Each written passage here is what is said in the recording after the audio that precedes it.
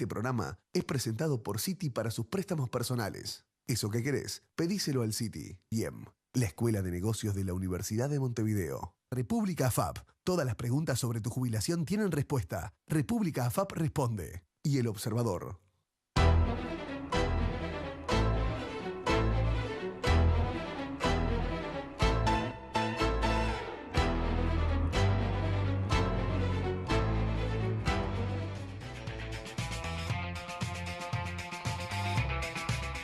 ¿Qué tal? Muy buenas noches, bienvenidos a un nuevo programa de Claves Económicas por NSTV.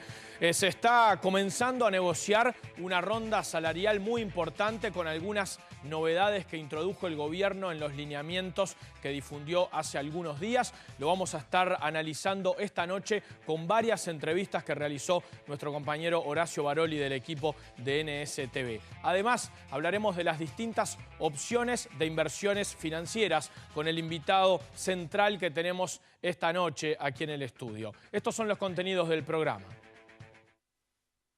Hoy en Claves Económicas, las negociaciones salariales con nuevo escenario, las nuevas pautas para convenios hasta 2016. Entrevista al subsecretario de Trabajo y Seguridad Social, Nelson Lustanó. Además, las preocupaciones de las empresas. Entrevista al asesor de la Cámara Nacional de Comercio y Servicios, Juan Maylos. También las aspiraciones salariales de los trabajadores. Entrevista al director del Instituto Cuesta Duarte, Milton Castellano, integrante del Secretariado Ejecutivo del PIT-CNT. Hoy en Claves Económicas, las inversiones financieras dentro y fuera del país. Entrevista al CEO de Financial Design International, Mariano Sardanz. El ejecutivo de FDI habla sobre alternativas de negocios inmobiliarios y de otros activos. Hoy, en Claves Económicas, por NSTV. Bien, y recibimos esta noche entonces a Mariano Sardanz, CEO de FDI, que es una gerenciadora de patrimonios que está operando en Uruguay. Bienvenido, muy buenas noches. Buenas noches. Bueno, hace muy pocos días, hace muy poco tiempo, comenzaron a trabajar con clientes uruguayos, ya estaban instalados trabajando con clientes extranjeros. ¿En qué está ahora la preferencia de los inversores? ¿Cuáles son las preferencias y qué es lo que están visualizando ustedes en el mercado? Bueno, claramente el uruguayo es conservador, es más renta fijista, con lo cual la cartera del cliente residente uruguayo está más enfocada a títulos del gobierno o títulos de renta fija, específicamente del gobierno, e inmuebles, no lo que es tradicional. Va a lo seguro, entre comillas. Totalmente. Sí. ¿Y el cliente extranjero? Bueno, vayamos a te diría las antípodas del cliente uruguayo, es el cliente norteamericano, que generalmente tiene su cartera, está compuesta entre un 90 y un 95% en acciones. Pero ya nacen con esa idiosincrasia, nacen con esa idea de que las acciones son los que técnicamente les brinda el mayor retorno en largo plazo, más allá de las fluctuaciones de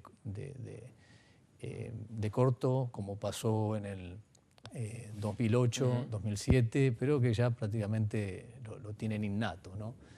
Yo diría que ese es el caso opuesto al cliente uruguayo o latinoamericano, de cierta forma. Claro, en el Uruguay hay un tema hasta cultural y además en realidad tampoco hay muchas opciones de invertir en empresas locales, ¿no? Totalmente. Sí, obviamente lo hay para invertir en empresas extranjeras. Igual eso está cambiando un poco, ¿no? De a poco, sí, te diría, los mercados de acciones, más en la última década, con tasas ultra bajas, rentas o tasas del 1 o 1,5%, eso incentivó que muchos inversores vean el mercado accionario como una alternativa, especialmente por los dividendos que pagan, que en muchos casos supera el 2 o 3%, ¿no? Ahora, cuando ustedes asesoran, ¿qué ven que está conviniendo hoy para un inversor, por ejemplo, medio uruguayo local? Bueno, los títulos, te diría, los títulos del gobierno, tanto del BCU como del Tesoro, son alternativas muy viables, especialmente frente a los inmuebles hoy que están pagando rentas tan bajas. Y ni hablar con el ajuste de tasas que hubo hace 2 o 3 semanas, con la caída de los títulos, con lo cual la renta se ha incrementado en un 20-25%. Hoy tenés títulos a 2 años, por ejemplo, los bonos al 15 o al 17, pagando tasas del 2,80, 2,60. ya por arriba de lo que hoy te brinda los inmuebles en cuanto a renta, más considerando que los bonos del gobierno están exentos del impuesto a la renta y del impuesto al patrimonio, ¿no? No así el caso de los inmuebles. Claro. El gobierno en las últimas semanas ha introducido algunos cambios en su política monetaria y ha, por ejemplo, ampliado los encajes que tenían los títulos del Banco Central a los títulos del Ministerio de Economía y Finanzas. Además, los aumentó al 50%. ¿Eso cómo ha influido en el dinero que viene desde el exterior, en los inversores extranjeros? Bueno, claramente hay te diría, en la región hay una salida de fondos, producto justamente de esta expectativa que hay de incremento de tasas a futuro en el corto y mediano plazo.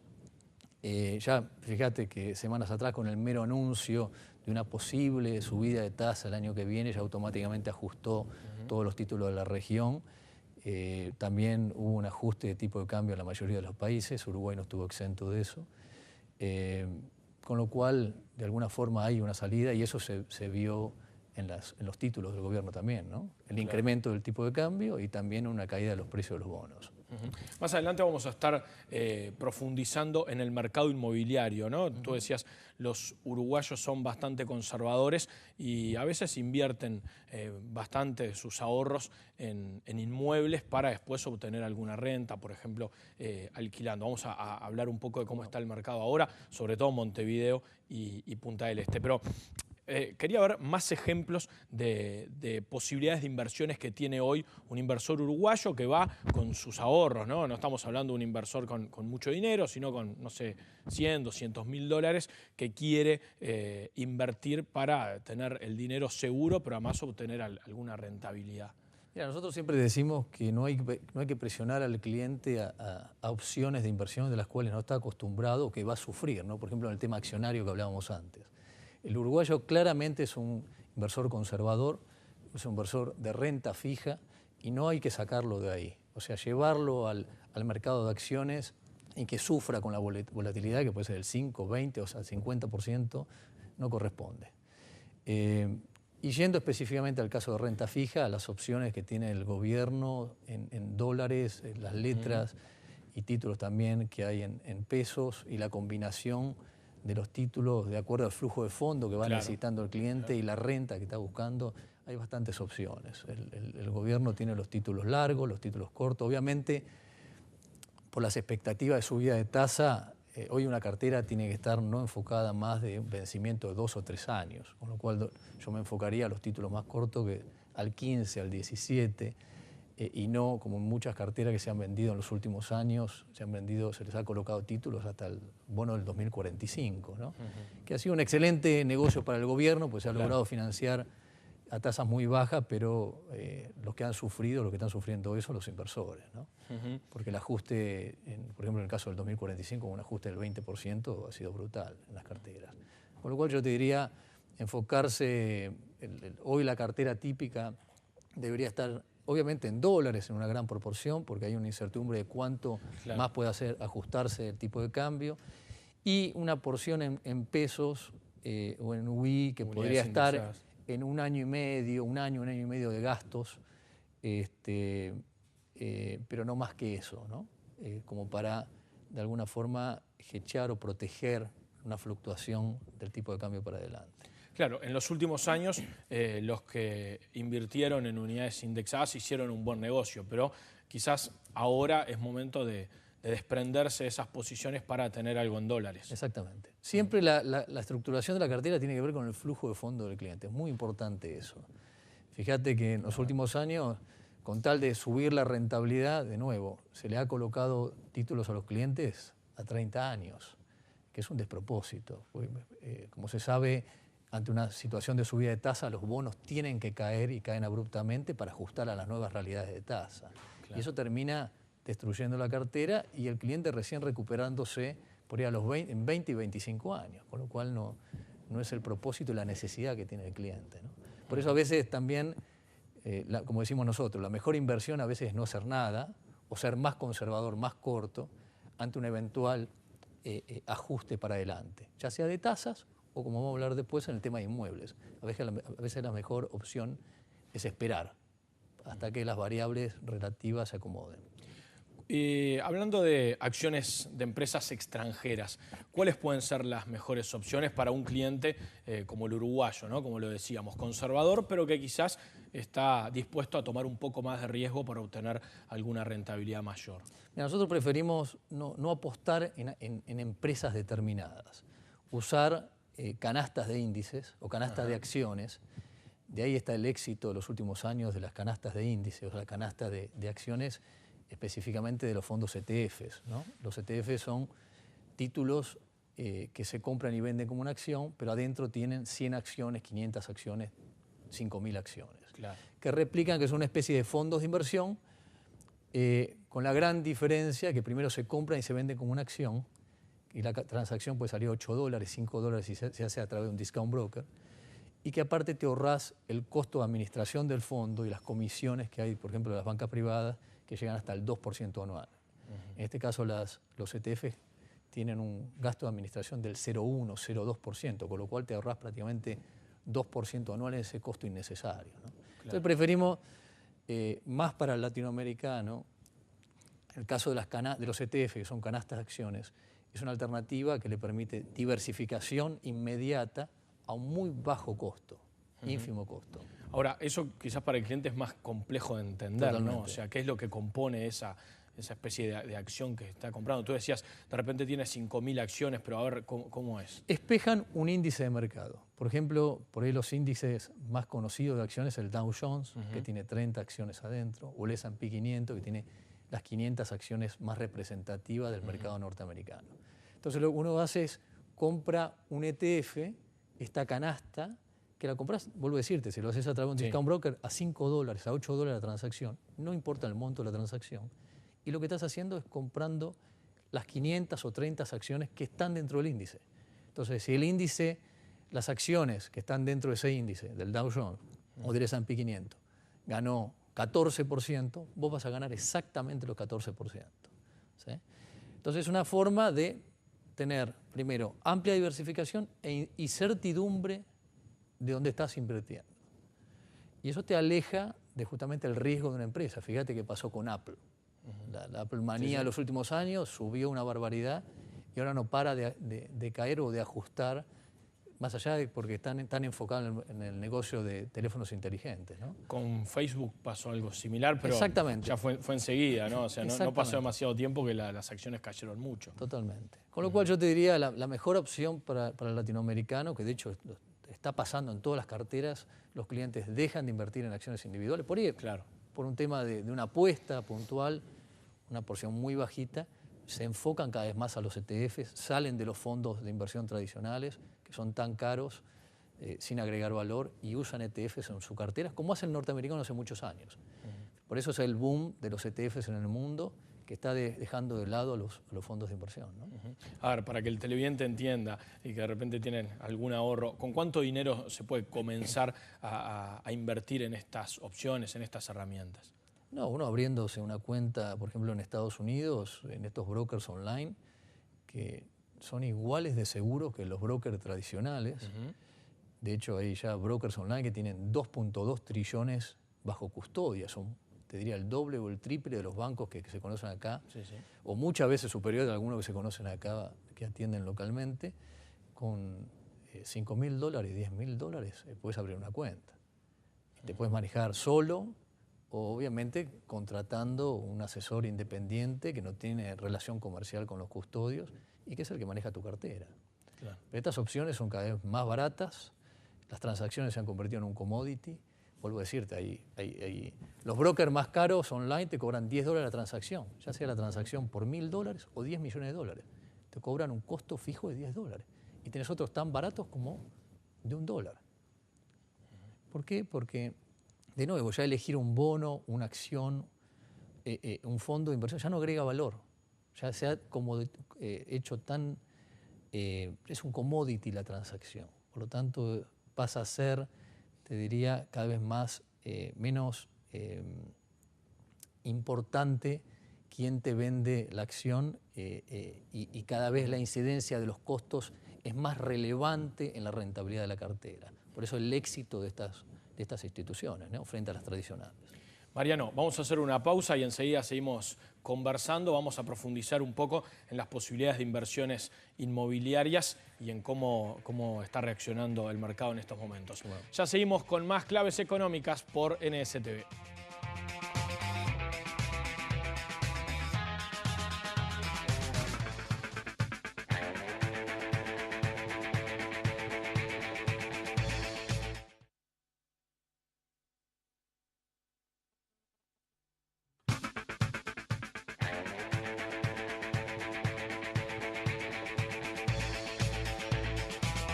Continuamos en Claves Económicas por NSTV con Mariano Sardanz, CEO de FDI, que es una gerenciadora de patrimonios que está operando para clientes uruguayos desde hace algunos meses. Mariano, al uruguayo le gusta invertir en ladrillos, lo ve seguro, sabe que le puede sacar una renta, por ejemplo, alquilando. Los precios han estado muy altos en los últimos años. ¿Cuál es la situación hoy, según ustedes, según su óptica, del mercado inmobiliario? Bueno, yo te diría que como dijiste vos recién, los precios están demasiado elevados. La principal razón fue por el ingreso de tantos fondos o inversores de corto plazo, inversores que han venido de la región, ¿no? y de países, de otros países del extranjero. Y eso ha desvirtuado mucho los precios. Nosotros consideramos en este momento los precios están demasiado altos, es momento de esperar un poco. A veces, como decimos siempre, la mejor inversión a veces es no hacer nada por un tiempo, esperar que se reacomoden esas variables para después sí ingresar. O sea, hoy, si uno tiene un dinero, un patrimonio y le parece que lo mejor es invertirlo en inmuebles, hoy quizás lo mejor es decir, bueno, no compro porque los precios están altos y espero un poco a que bajen. Y fíjate que los bonos del gobierno te están pagando más renta, especialmente después de impuestos. Hoy claro, los alquileres de inmuebles no se sobrepasan el 2% antes de impuesto y después tenés que pagar impuesto a la renta y el impuesto al patrimonio. Cuando los bonos del gobierno de cortísimo plazo te están rindiendo un poco más y exento de ambos impuestos. Eso te da indicio de que ante la incertidumbre yo prefiero colocar en bono del gobierno, esperar a ver lo que sucede, especialmente muchos inversores extranjeros que, te vuelvo a decir, desvirtuaron los precios relativos. Acá se espera quizás un mayor ajuste del tipo de cambio y como sabes, los inmuebles se construyen en pesos, se compran y venden en dólares, pero se construyen en pesos. Sí, con lo cual el valor de reposición tendría que caer claro, y por ende caer el precio de los inmuebles, más allá de también de inversores que mayoritariamente han venido, en el caso de Argentina, inversores que hoy están, están en retirada de alguna forma, ¿no? Sí, ¿se están desprendiendo, por ejemplo, de inmuebles en Punta del Este los argentinos? Y mira, nosotros lo que vemos, obviamente la situación en Argentina está complicándose. Ajá. Muchos inversores que han invertido en inmuebles, se trata de dueños de pymes, personas de clase media o media alta, que hoy ven su situación patrimonial en Argentina complicándose. En algunos casos, como yo te decía, dueños de pymes que hoy están necesitando parte de esos fondos para pagar sueldos o reestructurarse. Y obviamente lo primero que hacen es deshacerse de sus colocaciones que tienen afuera, en este caso de Punta del Este, ¿no? Nosotros vemos muchos inversores, en este caso de Argentina, que han comprado inmuebles en Punta del Este, o sea, su segunda o tercera vivienda, a precios que por ahí es un inmueble que por ahí es el doble o el triple de lo que vale su propia casa en Buenos Aires, en Argentina, claro, con lo cual es un despropósito de alguna forma. Entonces, bueno, esa gente hoy está bastante complicada y estamos a la espera de este segundo semestre de cómo les empieza a impactar los gastos comunes e impuestos que son cada vez más altos en términos de dólares acá, ¿no? Y obviamente, si estamos hablando de inversores que vinieron a invertir, que ya ven que los inmuebles no suben, sino que tienden a caer, y ya esa inversión se le tradujo, se convirtió en un centro de costos, automáticamente la reacción va a ser salir. Claro, porque quizás este sí es el momento de vender, porque los precios todavía se mantienen altos. Sí, nosotros estamos viendo descuentos importantes, ¿no? Claro. Por ahí no en los medios abiertamente, pero ya estamos viendo descuentos importantes. Por eso digo, para el inversor uruguayo, el tradicional, que quiere invertir en inmuebles, yo diría esperar, ¿no? Esperar. Sí. Eso, hablando de Punta del Este, y bueno, por la situación argentina eso parece como un panorama muy claro y deberían bajar aún más, deberían bajar los precios. Pero si uno mira Montevideo, por ejemplo, ahora hay muchas viviendas que se están construyendo en el marco de la ley de vivienda de interés social. ¿Esa es una opción para los inversores? Es una opción muy buena, dadas las exoneraciones fiscales que hay, los incentivos que hay. Lo que vemos, obviamente, que los terrenos se han arbitrado, han subido muchísimo, porque muchos jugadores han pasado de las viviendas o los inmuebles de lujo, han vendido eso en los últimos años, pasado a proyectos de vivienda de interés social. Y eso ha, de alguna forma, incidido mucho en el incremento de los costos de los terrenos, principalmente, en algunas cosas abruptamente o a precios, te diría, muy elevados, demasiado elevados, y eso, de alguna forma, incide mucho en el proyecto final y en los precios finales.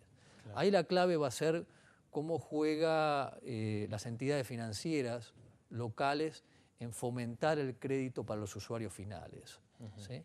Para que tanto los desarrollos salgan, pues, fíjate, estamos hablando de muchos inversores que por ahí hoy tendrían que desembolsar el 100% para llevar adelante esos proyectos, que en algunos casos es complicado. En cambio, si hay impulso del lado de entidades financieras para acompañar a los desarrolladores y por otro lado impulso de las entidades financieras para estimular el crédito a los beneficiarios de esas propiedades, eso podría ser una buena combinación. Todavía eso está verde, claro, pero podría ser una muy buena alternativa. Sí, se están viendo muchos proyectos, igual los precios que se manejan para interés social son bastante elevados, ¿no? Son muy elevados. Y sí, casualmente hoy salió, ayer salió, perdón, una nota justamente de cómo incidía, cómo calificaban las personas para créditos a 10 claro. y 25 años. Hablaba de la zona justamente de Montevideo, los ingresos, los que calificaban eran aproximadamente el 31% de la clase media para calificar esos créditos, y en la parte del interior, en la zona del interior, mucho menos, ¿no? Por eso te diría, el tema de las entidades financieras y cómo el gobierno trata de estimular eso es clave para el éxito de esos proyectos inmobiliarios. Y si un cliente uruguayo quiere invertir en inmuebles, pero en el exterior, ¿está siendo más conveniente eso? Sí, obviamente. Lugares, Estados Unidos hoy es un boom. No la zona de Florida, Miami, donde todo el mundo va. Ahí claro. Vemos gigantescas ineficiencias, muchos intermediarios, comisionistas, te diría hasta 4 o 5 intermediarios por diferentes proyectos. ¿Y eso pero se encarece mucho? Se encarece mucho, pero ese no es solamente el problema. El problema del área de Florida, hay muy malas administraciones. Nosotros hemos descubierto administraciones, por ahí un muchacho, una oficinita, él solo administrando 30 o 35 edificios, claro. Con las ineficiencias que eso tiene, ¿no? Fíjate que no solamente cuando salir a comprar a un buen precio, sino también la administración es básica, porque uno puede alquilar... Sí, pues después surgen los problemas, claro. Y costos innecesarios, te vuelvo a decir, a veces nosotros siempre ponemos el mismo ejemplo, una cocina... Allá el inquilino tiene el concepto de paquete completo. Vos tenés que encargarte de hacerle todo, ¿sí? Se rompe una cocina, no le encienden la cocina y por ahí es una termocúpula que sale $1 y el administrador termina, para solucionar ese tema, comprándole una cocina nueva y el que le pagaste sos vos. Entonces la eficiencia de la administración es clave. Por eso, claro. Más allá del tema de los precios ya son exagerados en la zona de Florida, las administraciones son muy ineficientes. ¿Y entonces, ante ese panorama? Hay estados, New Hampshire, Massachusetts, Carolina del Sur, hay otros estados que están mucho más baratos, yo te diría zonas menos afectadas al turismo, como es la Florida o Miami, mucho peor. Pueblos o ciudades mucho más sustentables por su actividad económica, muchos de esos estados con las centrales de las multinacionales, con lo cual realmente inquilinos que tienen una actividad económica claro. Y pagan religiosamente. Viviendas para esos trabajadores, totalmente, de esas empresas. Exactamente. Hay que escarbar, hay que ir, estudiar. Obviamente para el inversor individual esa no es una tarea fácil y te diría hasta a veces muy poco conveniente, ¿no? Pero bueno, a ver, hay proyectos muy buenos, lo que hay que sí es revisarlos muy bien. Claro, pero tú decías, muy poco convenientes para el inversor individual. ¿Por qué? porque es muy engorroso. Y ¿no? bueno, por ahí comprarte un departamento, una casa, por ahí $70.000, $100.000, ir, viajar, revisar, y claro. se torna poco conveniente. Hay casos de proyectos, por ejemplo, nosotros estamos comprando, obviamente, proyectos ya consolidados, en algunos casos, el año pasado, un proyecto de 188 unidades a bajos precios, no superaban los 600 metros cuadrados. Ya, $600. Perdón, $600 el metro cuadrado, ya consolidado, ya alquilado en un 90 y pico %. Valores mucho más bajos que en Montevideo. Claro, mucho más bajos. En este caso se trataba de inmuebles que no estaban sin subdividir, pero ya preparados para la subdivisión, con sus medidores de agua, de luz. Pero obviamente hay que hacer una auditoría muy grande, revisar cañerías, electricidad, o sea, todo el equipamiento, revisar lo contractual. ¿Y eso que compraron todas esas unidades? Totalmente. Entonces tenés casos donde viene muy bien. En nuestro caso, obviamente, vamos ya con fondos preestablecidos, con mandatos de clientes o fondos de clientes para hacer esas compras, ¿no? Pero hay casos similares, por ejemplo, se están dando jugadores que están en la región brindando diferentes proyectos, con lo cual el inversor puede comprar cierta cantidad de unidades, una unidad, 10 unidades, 20 unidades, o una participación en ese proyecto, ¿no? Una participación en la sociedad que compra ese proyecto en particular. Claro. Otra alternativa que también tienen los inversores, que es más fácil, práctica y barata, es comprar los REITs, los famosos fondos inmobiliarios,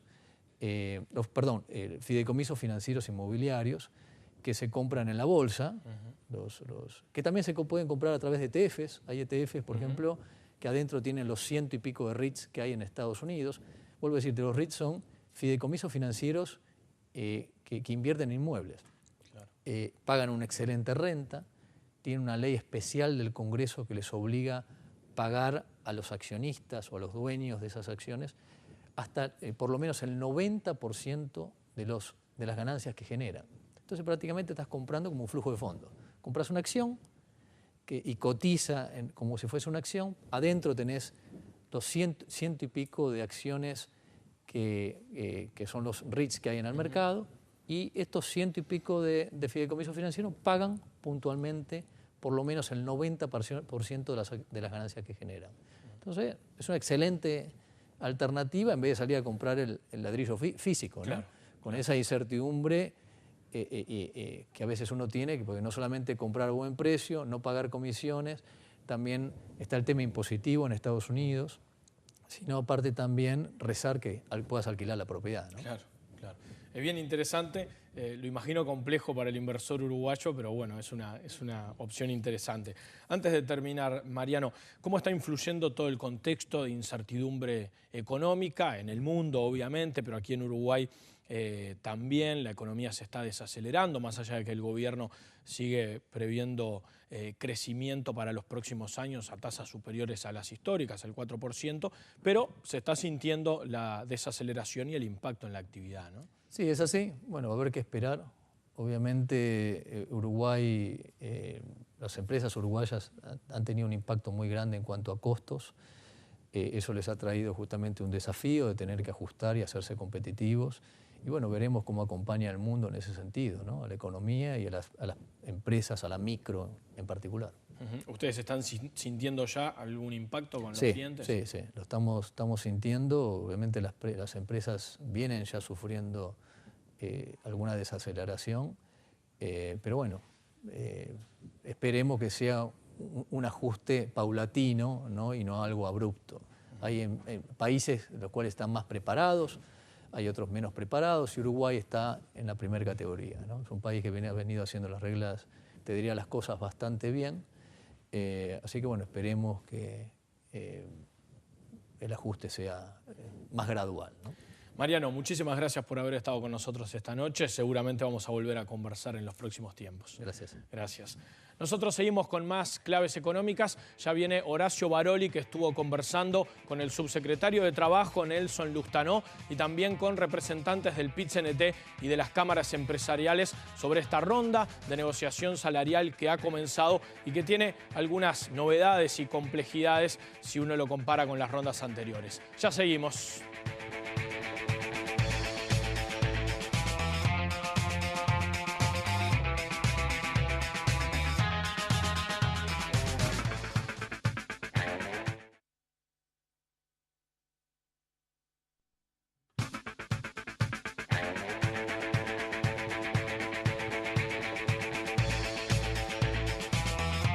Seguimos en Claves Económicas por NSTV. Horacio Baroli, buenas noches, ¿cómo andás? Buenas noches, Gastón, ¿cómo ¿Todo estás? bien? Muy bien, ¿y tú? Bien.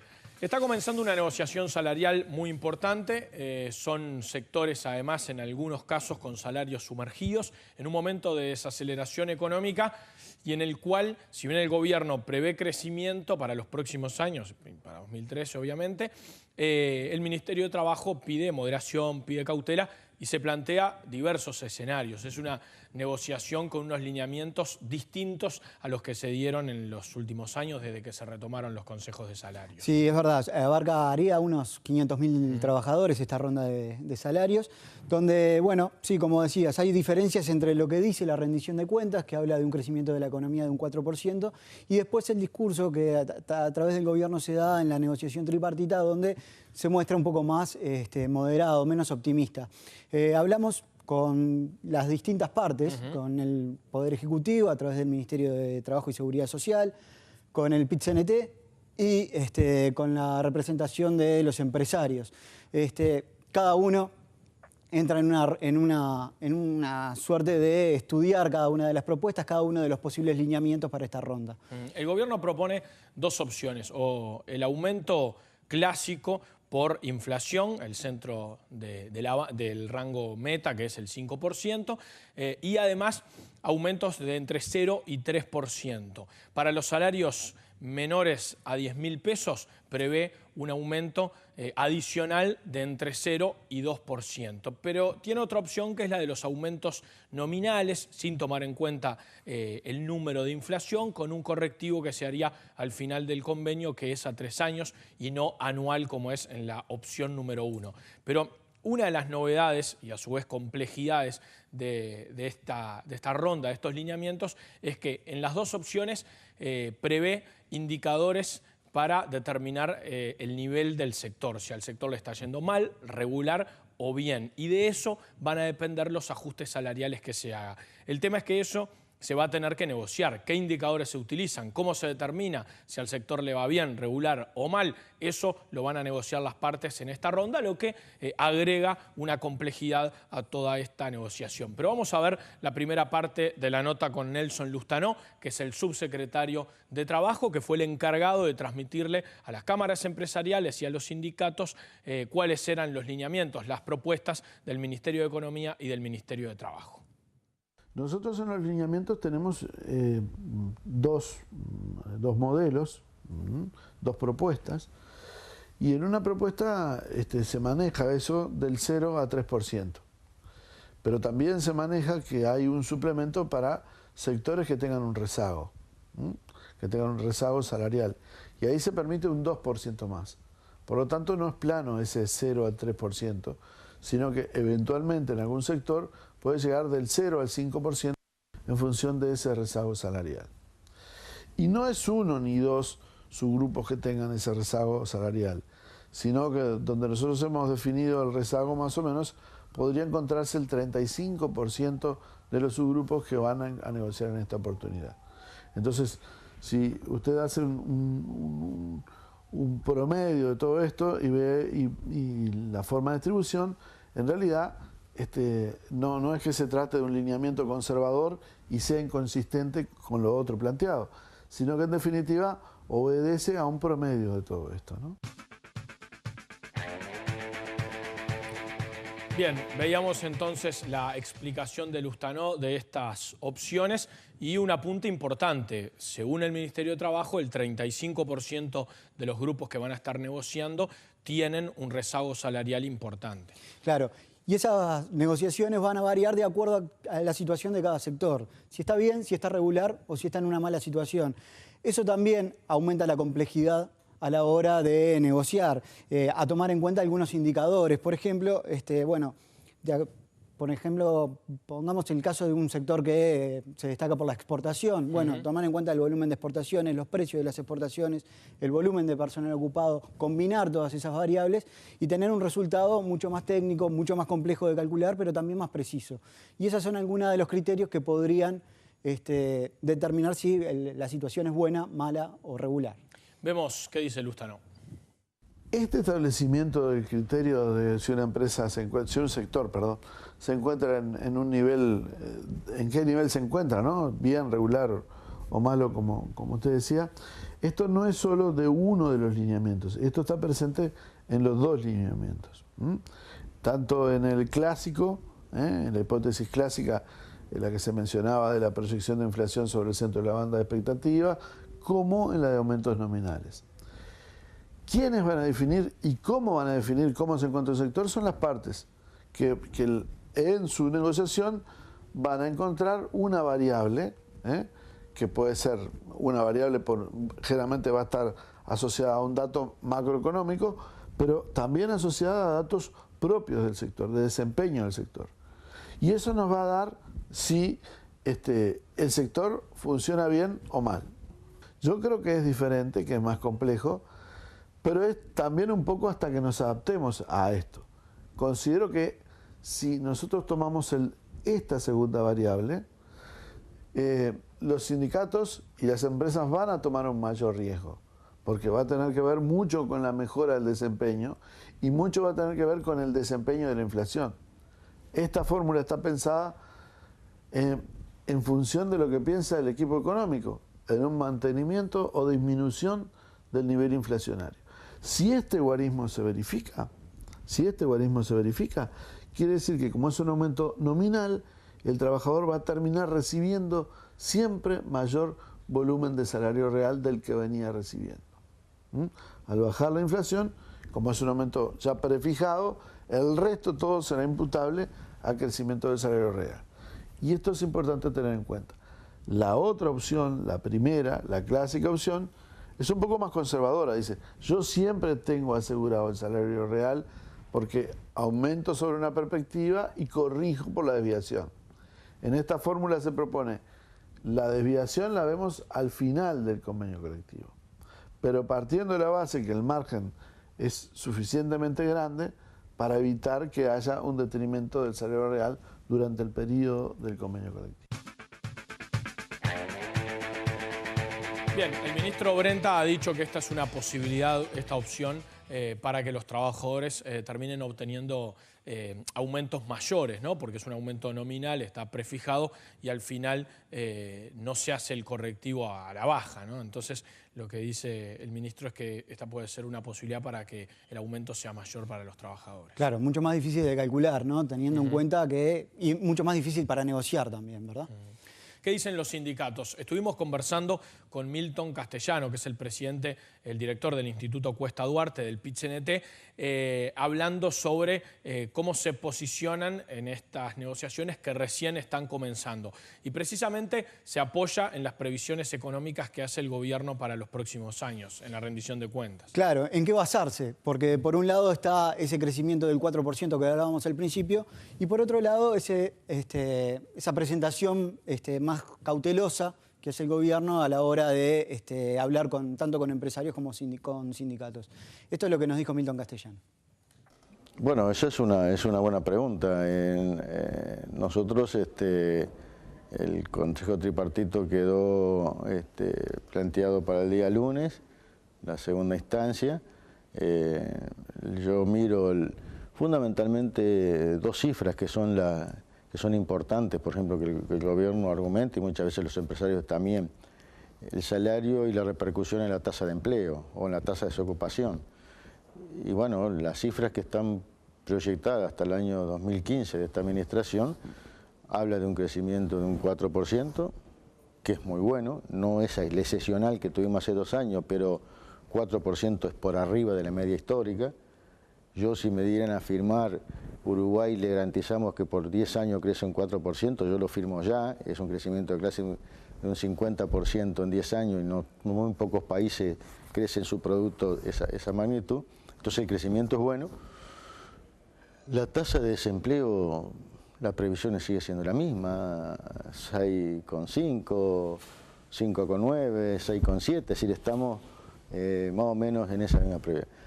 Entonces, si la previsión es esa, ahora después en el informe que llega al tripartito, no es el mismo. Entonces, si la economía crece un 4, ¿por qué el salario tiene que crecer un 2?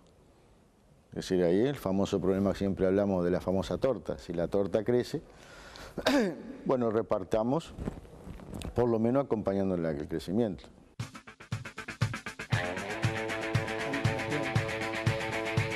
Bien, Horacio, esto era lo que decía Milton Castellano del PIT-CNT. También estuviste conversando con representantes de las cámaras empresariales, en este caso con Juan Maylos, que es asesor laboral de la Cámara de Comercio y que es uno de los negociadores. Estaba presente el día de la presentación de estos lineamientos. Sí, claro. Lo que decía Castellano es, bueno, si la torta crece, repartámosla de acuerdo a ese crecimiento. Ahora, no todos los sectores tienen o sienten de la misma manera ese crecimiento. Y esto es lo que nos decía Maylos respecto a las posibilidades que tienen para negociar.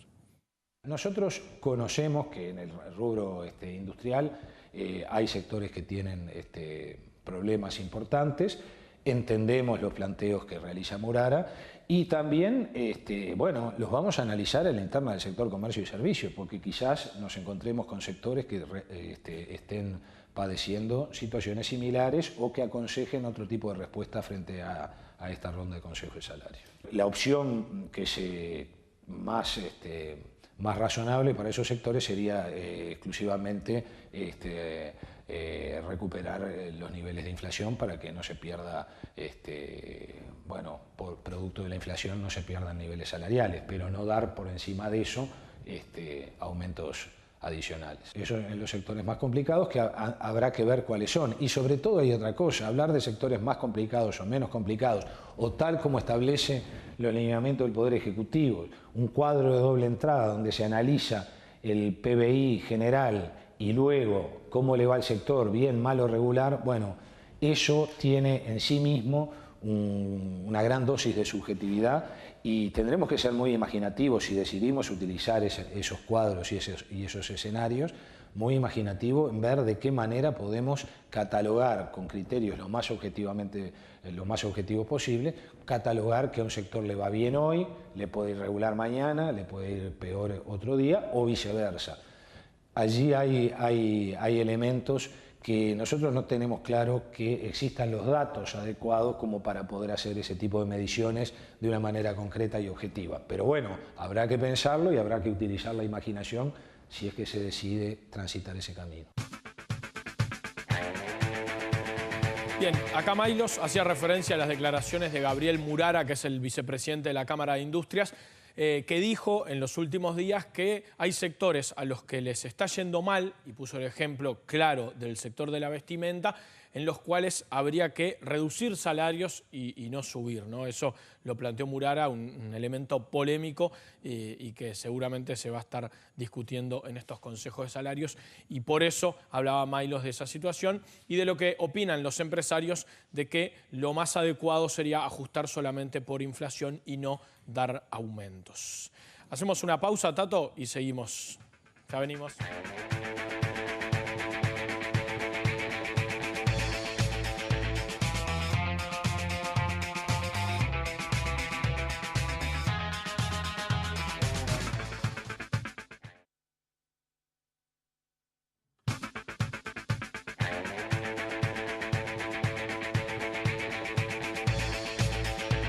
Seguimos en Claves Económicas aquí por NSTV. Vamos a continuar hablando sobre las negociaciones salariales. Horacio, vamos a ver qué dice Milton Castellano del PIT-CNT, del Instituto Cuesta Duarte, ahora sobre las características salariales de los sectores que van a estar negociando en esta oportunidad. Claro, Juan Maylos decía en el tape que vimos el bloque anterior, de los sectores que estarían más complicados ajustar por lo menos por inflación. Eso aparentemente no sería o no es directamente una de las aspiraciones que tienen los trabajadores. Y esto es lo que nos decía Milton Castellano respecto a cuáles son las aspiraciones y a quién apuntar, a los sectores más sumergidos. Esta es una ronda muy especial porque concentra muchos salarios sumergidos. Es decir, a diferencia, fíjense que en esta ronda no negocian los bancarios, no negocia el transporte, no negocia la industria láctea, no negocia las industrias de la bebida. Es decir, ¿qué negocio? Comercio, todos los servicios personales, barrido, seguridad, limpieza, las casas de crédito, es decir, sectores que aglutinan los metalúrgicos. Entonces ahí hay que priorizar y ahí hay que buscar una mejora en esos salarios. Y nosotros aspiramos que de esta ronda no haya ningún trabajador que gane menos de 14.000 pesos. Es decir, que el piso de la negociación en los sectores estén cerca de los 14.000.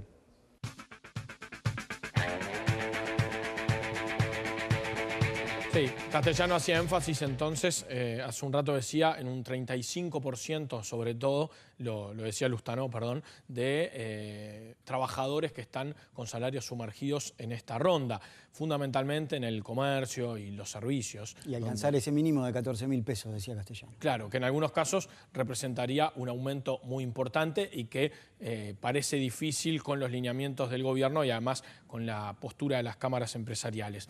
Pero además tiene otras novedades esta ronda y estos lineamientos, que son algunas salvaguardas, algunas cláusulas que se introducirían en los convenios si se siguen los lineamientos del Poder Ejecutivo, sobre todo con el tema de la inflación, que la sitúa bastante más alta, en un 15% en una de las opciones y en un 12% en otro, y también habla del comportamiento de la economía en general y ante una eventual caída del Producto Bruto Interno, renegociar los convenios salariales, además de la situación del sector en particular, que si tiene un cambio importante también se puede volver a negociar. Y Maylos nos hablaba precisamente de estas cláusulas de salvaguarda. Es verdad, estas fórmulas que se plantean traen la sugerencia de establecer cláusulas de salvaguarda que en realidad precavan a cualquiera de los dos sectores, tanto trabajador como empresarial, que si las cosas se desmadejan, haya una posibilidad de dejar sin vigencia el convenio, lo acordado, y renegociar nuevas condiciones. Sin embargo, a nosotros nos gustaría saber, y en eso estamos, si los parámetros que están sugeridos en la primera fórmula, una inflación, por ejemplo, del 15%, o en la segunda fórmula, una inflación del 12%, bueno, si estos son parámetros reales en los cuales se debieran disparar estas cláusulas de salvaguarda, o si deberían tener otras condicionantes, como digo, más cercanas a los comportamientos de los sectores. Eso es parte de lo que estamos analizando y en virtud de lo que nos diga los técnicos económicos, bueno, indudablemente habrá un posicionamiento del sector en ese sentido.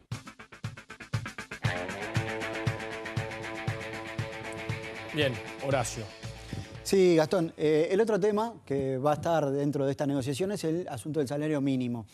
Había una aspiración de la central sindical de llegar a los 10.000 pesos en este año y una contrapropuesta del Poder Ejecutivo de alcanzar ese monto a partir del 1 de enero de 2015. Sí, se prevé un aumento para 2014 y los 10.000 y pocos pesos para el año 2015. Bien, los objetivos que tiene o las justificaciones que tiene el Poder Ejecutivo para hacer este planteo es, bueno, tratar de acompasar un poco el crecimiento de la economía, ir acompañando un poco el crecimiento de cada sector y cuidando evitando la pérdida de salario real y la pérdida de puestos de trabajo por algún aumento desmedido. Pero esto es lo que explicaba Nelson Lustano, el subsecretario de Trabajo.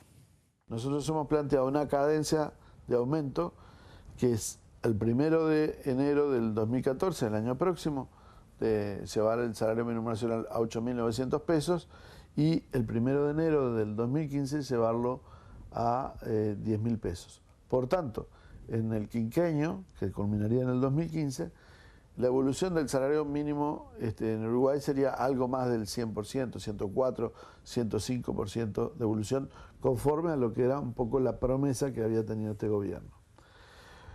La segunda cosa es que si nosotros hiciéramos momentáneamente un mayor desplazamiento del salario mínimo, podríamos estar muchas veces, de algunos sectores rezagados, se los estaría, digamos, comiendo el salario mínimo, pujando el salario mínimo ahí arriba, y ahí nosotros tendríamos un riesgo de estar pagando ese aumento con puestos de trabajo.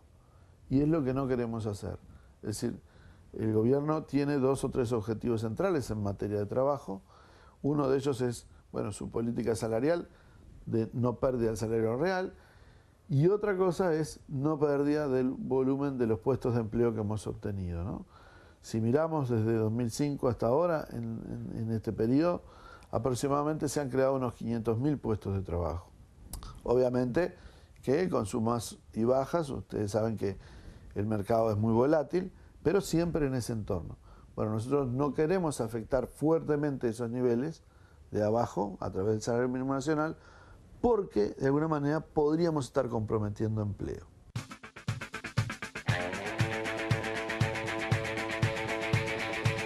Vamos a volver a ver a Milton Castellano del PIT-CNT, del Instituto Cuesta Duarte, hablando de la importancia para la central sindical del aumento del salario mínimo y de la mejora de los salarios sumergidos, que son, según lo que ha fijado el PIT-CNT, los que están por debajo de los 14.000 pesos.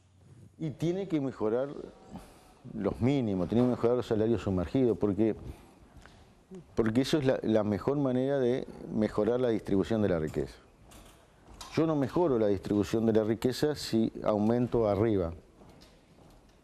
Yo mejoro sustancialmente la riqueza si aumento abajo, porque eso tiene una situación expansiva. Fíjense, por ejemplo, el salario mínimo, la importancia del salario mínimo. Es cierto, nadie gana 10.000 pesos. Hoy están 8.000, pero es un punto de referencia. Y es un punto de referencia también para la informalidad. Hay que acordarse que Uruguay, pese a que mejoró mucho, todavía 1 de cada 4 uruguayos trabaja informalmente. No tiene seguridad social, no tiene prestaciones y trabaja en ese circuito de precariedad.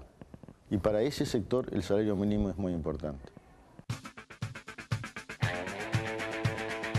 Los empresarios quieren una negociación rápida, lo han dicho públicamente. Algunos presidentes de cámaras empresariales dicen esperemos que la negociación sea breve por distintos factores, ¿no? Uno de ellos también es que en realidad se va atrasando, después tienes que dar un aumento retroactivo al 1 de junio. Sí, de julio. Pero bueno, vamos a ver, no parece que vaya a ser una negociación rápida. Hay muchas complejidades, pero este proceso recién comienza y vamos a ver cómo termina y bueno, si el Poder Ejecutivo tiene que intervenir mucho o si los acuerdos van surgiendo entre empresarios y trabajadores. Sí, en el caso de no llegar a un acuerdo, como siempre el Poder Ejecutivo es el que tiene la opción de definir cuál es el mejor camino. Bueno, Horacio, muchísimas gracias. Muy buen trabajo ahí con todas las entrevistas. Muchas gracias. Nosotros seguimos con más NSTV. Recuerden que a las 21 horas todos los días hay un programa periodístico. Mañana miércoles tenemos Off the Record. El jueves a las pruebas me remito con Romina Andrioli, el programa de debates. Y el viernes Lo que pasó, pasó con Nicolás Batalla y Karina Tucuna. Que pasen muy bien. Muchas gracias.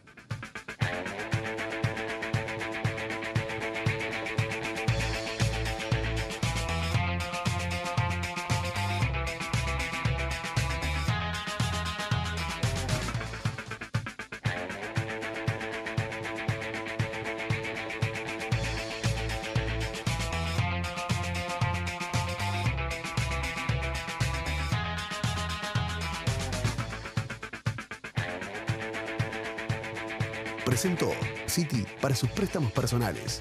República AFAP. Todas las preguntas sobre tu jubilación tienen respuesta. República AFAP responde. Y El Observador.